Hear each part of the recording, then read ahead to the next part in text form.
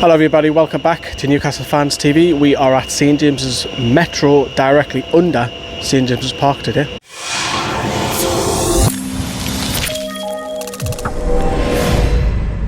Newcastle Fans TV. Yes, hello everyone, welcome back to Newcastle Fans TV. It's preview time, it's Leicester City away, and I thought we'll mix it up a little bit today. Instead of going to the ground, thought I'll pop out on my lunch hour, pop downstairs to St James's Metro and just do a video here and chat to you about the preview, which is Leicester City. Now, Leicester, of course, we'll talk about them very, very quickly.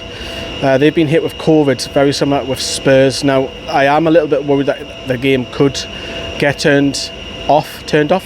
called off is the right term of phrase, with so many players, and hopefully there's no more outbreaks in the Leicester camp, because then the game could be at risk. It could be in Newcastle's advantage because they'll have a weakened side. There's some big first team players who are potentially missing on Sunday. Of course, they've got Europa League action, which they had on Thursday night against Napoli. So Newcastle need to take advantage of possibly a wary Leicester side who may be a bit fatigued as well. So it's all for Newcastle. Newcastle do have a good record. Down at Leicester, won 3 out of the last 4 games. Obviously, the defeat came with that 5-0 hammering in the rain when we were singing our heads off. But apart from that, it's been a good ground for Newcastle. Remember the wins, 2-1 win, the 1-0 win, and of course the 4-2 win last season, which I would have loved to be at.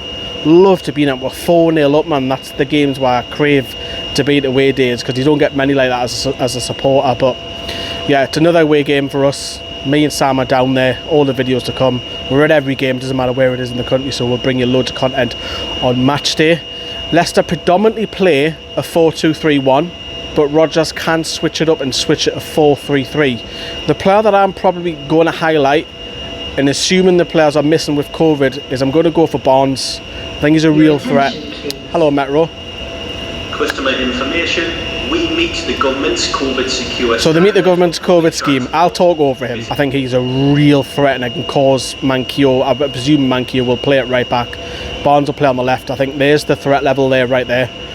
He's danger. You can run it. I know people might say Maddison and Vardy, assuming they're fit, but for me it's Barnes. I think I can rip us apart on that flanker. That's what I am worried about. But like I say, we'll have to wait and see which side the Leicester side comes out at the weekend. But let's talk a little bit about Newcastle, because we've got that great win against Burnley, which was much needed. This run of fixtures now, these 4 games are incredibly tough. You look at them and you think, Jesus, you've got Leicester, you've got Liverpool away, then you've got the 2 Manchester clubs.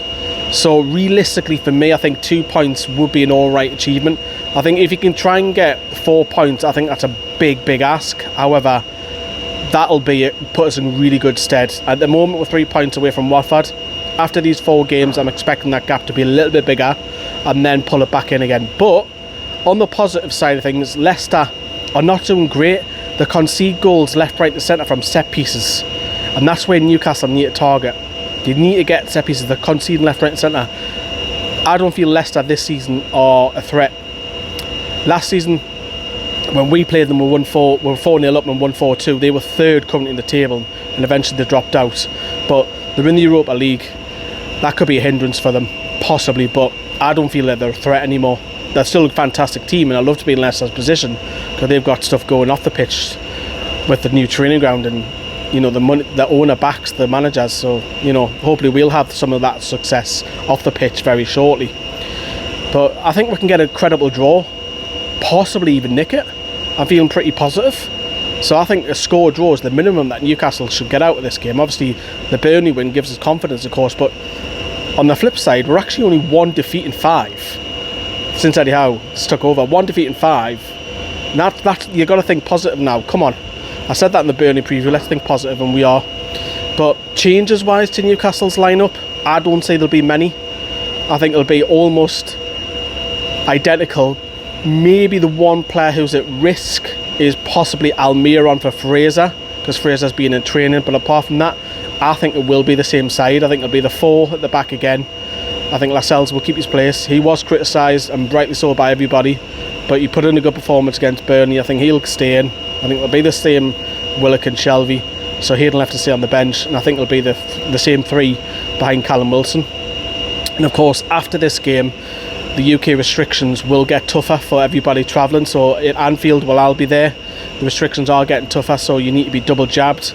And effectively, you'll need to show a negative test in person when you're at the ground. So please be wary of that. Show your COVID passport or show that you've got the negative test, and that's for every home and away game after this one. But prediction wise, like I say, score draw. I'm feeling optimistic. Please let me know in the comments down below what you lot think. Are we going to win this game? However, smash that like, everyone. See you later. Bye bye.